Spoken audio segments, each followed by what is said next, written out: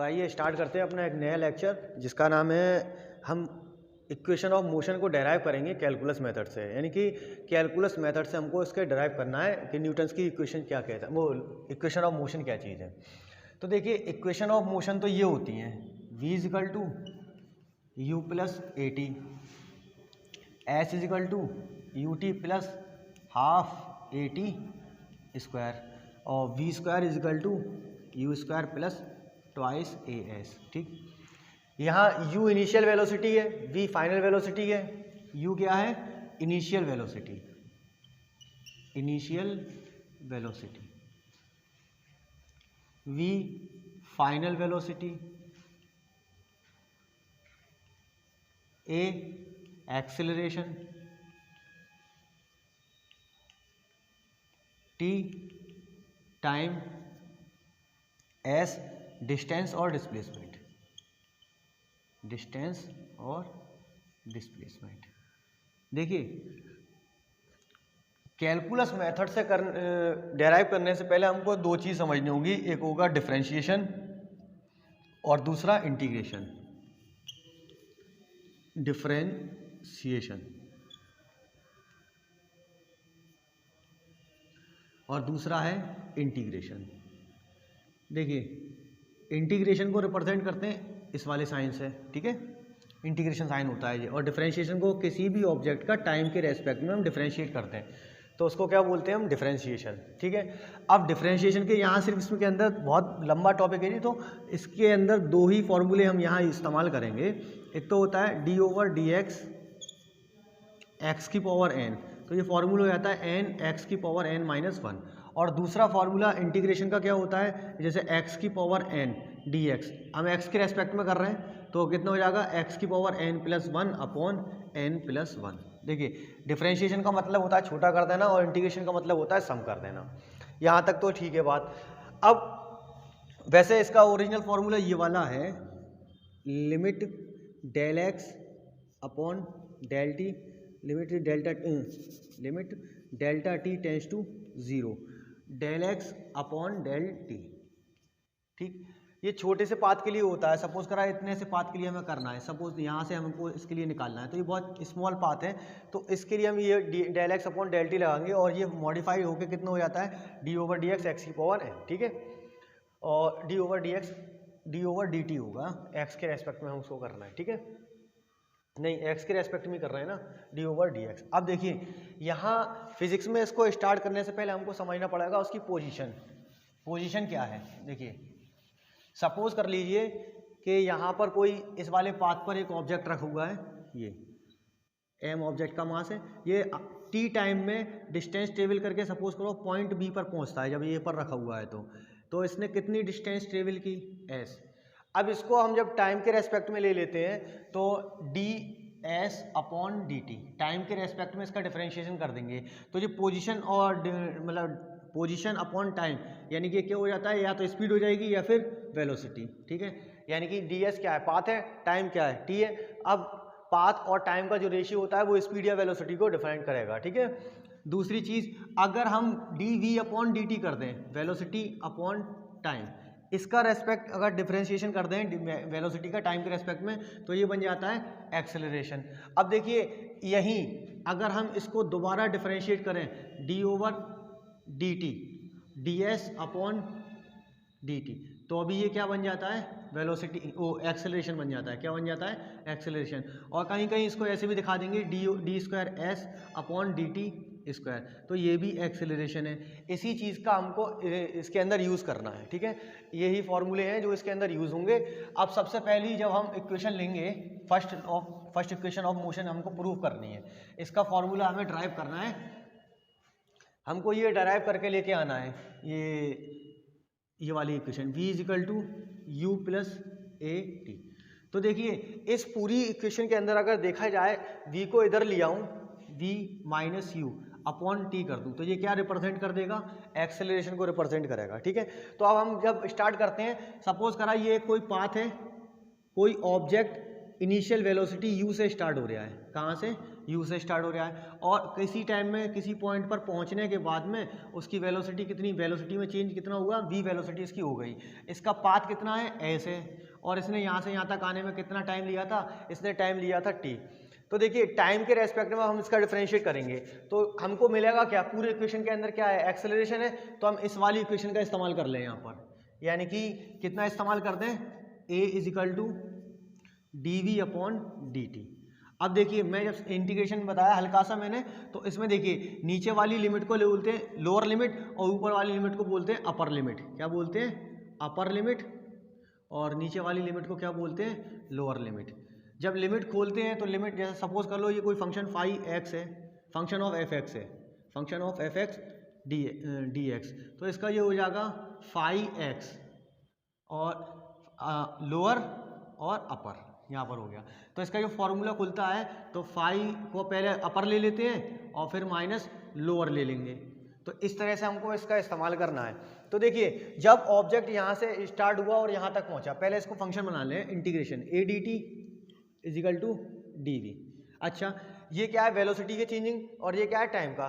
तो देखिए सपोज करो हमने यहाँ पर जो टाइम इसका कंसीडर किया था वो t1 टाइम कंसीडर किया, और उसके बाद में आफ्टर t टाइम यहाँ पर जो हम इसका टाइम कंसीडर कर रहे हैं, कितना कर रहे हैं, t2 कर रहे हैं। तो देखिए जब हम इसका सम करेंगे यानी कि इंटीग्रेशन करेंगे इसका, तो टाइम के रेस्पेक्ट में ये वाला पूरा फंक्शन, जब ये टाइम के रेस्पेक्ट में, तो ये कांस्टेंट है, कांस्टेंट को हम बाहर लेते हैं हमेशा, ठीक है, क्योंकि इंटीग्रेशन में कांस्टेंट जीरो नहीं होता है लेकिन डिफरेंशिएशन में जीरो हो जाता है। तो कहाँ से कहाँ तक गए थे, सपोज करा हमने t1 टाइम से हम t2 टाइम हमने यहाँ से यहाँ तक जाने में लगाया, तो इंटीग्रेशन ऑफ dt, और ये कहाँ पर इसकी इनिशियल वेलोसिटी कितनी ली थी हमने, u ली है, और इसकी कितनी ली, v। तो ये कितना है, यहाँ भी कोई फंक्शन नहीं है, ठीक। अब यहाँ पर एक चीज़ थोड़ा सा मैं रुक के और समझा दूँ। देखिए जब इंटीग्रेशन में कोई फंक्शन नहीं होता है, सिर्फ t के रेस्पेक्ट में ही पूरा इंटीग्रेशन करा जाएगा, तो क्या होगा, वो फंक्शन t आ जाता है वहाँ पर, और इन डिफरेंशिएशन के अंदर क्या होता है, वो जीरो हो जाता है, ठीक है। तो जब हम इसका रेस्पेक्ट कर देंगे t, तो ये हो जाएगा a t1 t2 is equal to, ये इसका यहाँ पर क्या v के रेस्पेक्ट में, तो v और u से v, लोअर लिमिट इसकी इनिशियल u था और फाइनल v था, ठीक है। अब क्या करेंगे, इस वाले फॉर्मूले से हम इसको खोल देंगे, तो ये कितना हो जाएगा, a t2 minus a t1 is equal to, यहाँ से हम क्या करेंगे, v फिर माइनस u। अब एक चीज़ यहाँ देख लीजिए, a हमने इसका कॉमन ले लिया, t2 minus t1 upon v minus u। अगर हम यहाँ से देखें तो ये कितना हो गया, v minus u upon t2 minus t1। देखिए टाइम की चेंजिंग और वेलोसिटी की चेंजिंग हो रही है, तो ये क्या है, वही इक्वेशन बन गई जो मैंने अभी बताया था एक्सेलरेशन वाली। तो अब सपोज कर लें, यहाँ से हम दोबारा इसको उठाते हैं, इफ़ t1 हमने जीरो कंसीडर करा, सपोज करा जहाँ से हम स्टार्ट हुए वहाँ से हमने टाइम जीरो ले लिया मीटर पे अपना, टाइम के अभी जीरो नहीं होता है, लेकिन हम जिस ऑब्जेक्ट की नहीं ले रहे हैं, हम वहाँ से टाइम इसका जीरो स्टार्ट कर रहे हैं। जैसे हम पीरियड पढ़ाते हैं तो देखते हैं अभी 1 मिनट, अभी 0 मिनट है, फिर उसके बाद में 1 मिनट, मतलब स्टार्ट हो रहा है टाइम हमारा, तो 1 से स्टार्ट होगा, इसलिए हमने वहाँ पर जीरो इसको कंसिडर कर लिया। तो हम t1 की वैल्यू यहाँ जीरो रख दें, तो कितना मिल जाएगा हमको, a v minus you upon, और t2 कितना ले लें हम, t2 इजिकल टू t ले लें, तो कितना हो गया t, तो ये कितना हो जाएगा, at is equal to v minus u, u is equal to v is equal to कितना हो गया, u प्लस at। अगर हमको इसकी वेक्टर फॉर्म लिखनी है तो हम यहाँ पर इसके ऊपर वेक्टर लगा देंगे, ठीक है, v u, यानी कि वेक्टर फॉर्म क्या है इसकी, वेक्टर फॉर्म। तो वेक्टर फॉर्म कितनी हो गई, v is equal to u plus vector a into t. T हमारा क्या है, टी हमारी स्केलर क्वांटिटी है, और u v a ये तीनों एक्सीलरेशन क्वांटिटी हैं। अब देखिए जब मैं इसको वेक्टर पढ़ाऊंगा तो मैं इसको और ज़्यादा क्लियर कर दूंगा कि इसके x कंपोनेंट, y कंपोनेंट और z कंपोनेंट। अभी जब मैंने वेक्टर पढ़ाया नहीं है तो उसके वेक्टर में ऑर्थोगोनल से मैं खोलूंगा नहीं इसको, ठीक है। अब हम देखिए ये तो हो गई हमारी पहली इक्वेशन। अब दूसरी इक्वेशन को हम डेराइव करेंगे, कहती है दूसरी इक्वेशन को जब हम डेराइव करेंगे फिर हम वही यही फिगर ले लेंगे थोड़ा सा। देखिए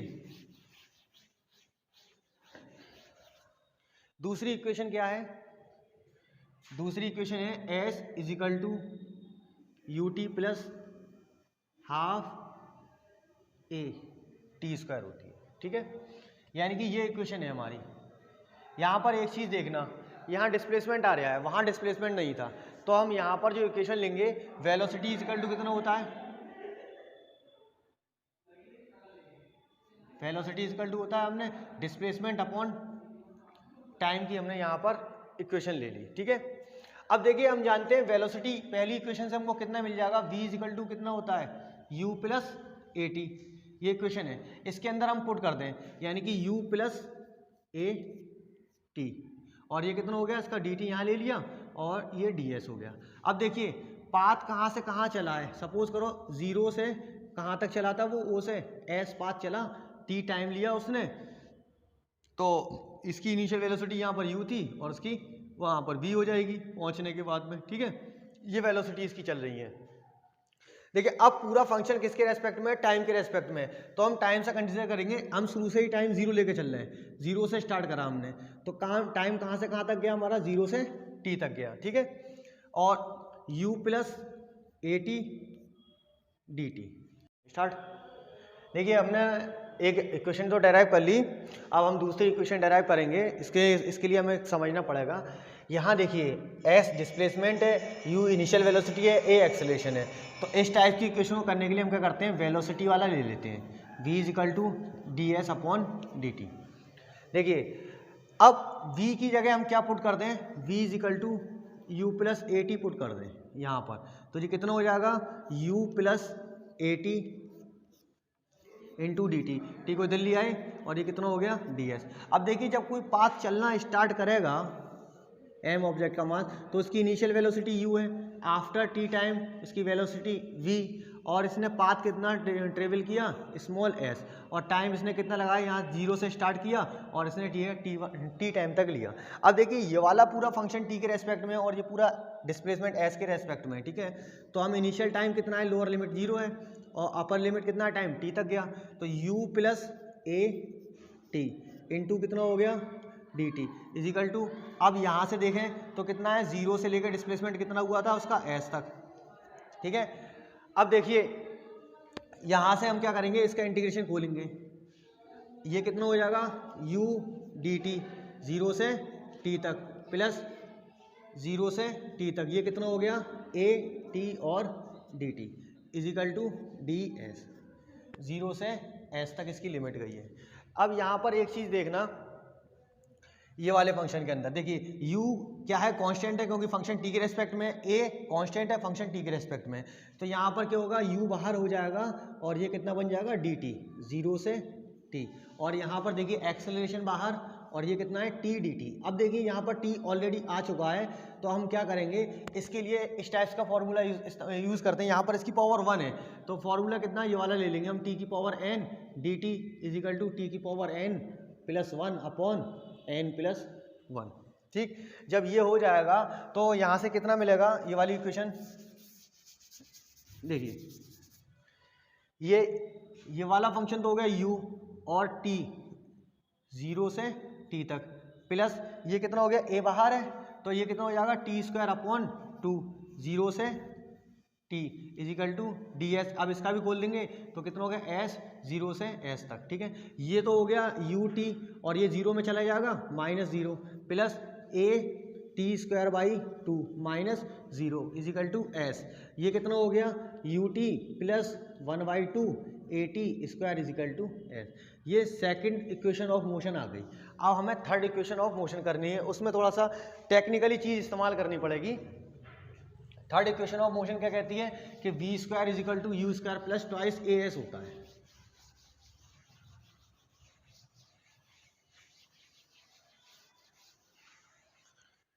थर्ड इक्वेशन ऑफ मोशन, यानी थर्ड इक्वेशन ऑफ मोशन क्या है, v square is equal to u square plus twice a s. देखिए यहाँ पर हम v u और a ये तीन चीज़ें आ रही हैं, वहाँ पर टाइम इनबिल्ट था, यहाँ पर टाइम इनबिल्ट नहीं है, तो हम क्या करेंगे a is equal to d v upon d t होता है, इतना हम जानते हैं। अब इसके अंदर फंक्शन हमें s का लेके आना है, तो हम क्या करें D s upon d S का न्यूमरेटर और डिनोमिनेटर में मल्टीपल कर दें, ठीक है। तो यहाँ से हमको ये इक्वेशन किस तरह से मिलेगी, फिर a इज इक्वल टू हो जाएगा, हम यहाँ ले लें डी एस अपॉन, एक जगह d s upon d t ले लें और फिर ले लें d v upon d s, देखिए हम जानते हैं d s upon d t किसके इक्वल होता है, d s upon d t जो इक्वल होगा वो वी के इक्वल होगा। तो ए इज इक्वल टू कितना हो गया, v d v upon d s. ठीक है, अब यहाँ पर a d s is equal to कितना हो गया, वी डी वी, ये चीज़ मिली। ठीक है, अब देखिए वो कोई पाथ है, कहाँ से स्टार्ट करेगा, 0 से s तक। ए क्या है, कांस्टेंट है, बाहर लिख लिया इसको, ये कितना हो गया डी एस। और v, कोई ऑब्जेक्ट चलना स्टार्ट करता है तो u से चलता है और v तक जाता है, और यहाँ पर कितना है v डी वी।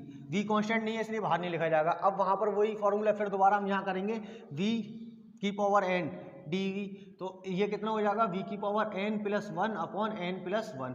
यहाँ v की पावर कितनी है, 1 है, तो ये कितना हो गया a, और ये कितना हो गया s, 0 से s तक, अपॉन ये कितना हो गया, इसके एस्पेक्ट में करेंगे तो वी स्क्वायर अपॉन 2, 0 से v तक। ठीक, अब देखिए क्या होता है, a s minus 0 is equal to v square upon 2 minus u square upon 2। यहाँ से हमने क्या किया, 2 कॉमन ले लिया, तो 1 upon 2 v square minus u square, हमको ये मिल गया। अब ये कितना हो जाएगा, ये हो जाएगा twice a s is equal to v square minus u square. U square को इधर लिया है तो v square is equal to कितना हो गया, u square plus twice a s. ये हमारी Newton's third law of equation भी आ गई। अब इसके बाद में हमें क्या करना है, इसके बाद हम देखेंगे इस टाइप्स के न्यूमेरिकल क्या है। फिर उसके बाद में टॉपिक आएगा हमारा मोशन अंडर ग्रेविटी। क्या आएगा, मोशन अंडर, न्यूमेरिकल के बाद में मोशन अंडर ग्रेविटी। अब जब ग्रेविटी के अंदर हम इसको करेंगे, देखिए ये भी 1D मोशन होगा, या तो ऊपर से नीचे, नीचे से ऊपर कोई ऑब्जेक्ट 90 डिग्री एंगल पे फेंका जाएगा, या नीचे से कोई ऊपर 90 डिग्री पे फेंका जाएगा। 90 डिग्री से ना एबव लेना है ना बिलो लेना है, वरना फिर वो इक्वेशन क्या हो जाएगी, फिर मोशन इन अ प्लेन हो जाएगी, फिर ट्रांजेक्टर की मोशन यानी कि इस तरह से फिर मोशन होगा। ठीक है, तो वो तो मोशन इन अ प्लेन अगले उसमें है, मतलब 2D मोशन के अंदर है, अभी तो हम सिर्फ 1D मोशन पढ़ रहे हैं। मोशन अंडर ग्रेविटी, फिर एक्सेलरेशन ड्यू टू ग्रेविटी की यहाँ पर बात चलेगी, और एक्सेलरेशन की जगह हम जी ले लेंगे, एक जगह माइनस जी लेना है, एक जगह प्लस जी लेना है, टॉप पर वेलोसिटी 0 लगाएंगे उसकी। ठीक, तो फिर कल इसका स्टार्ट करते हैं, नेक्स्ट लेक्चर में इसके न्यूमेरिकल देखेंगे। ठीक है।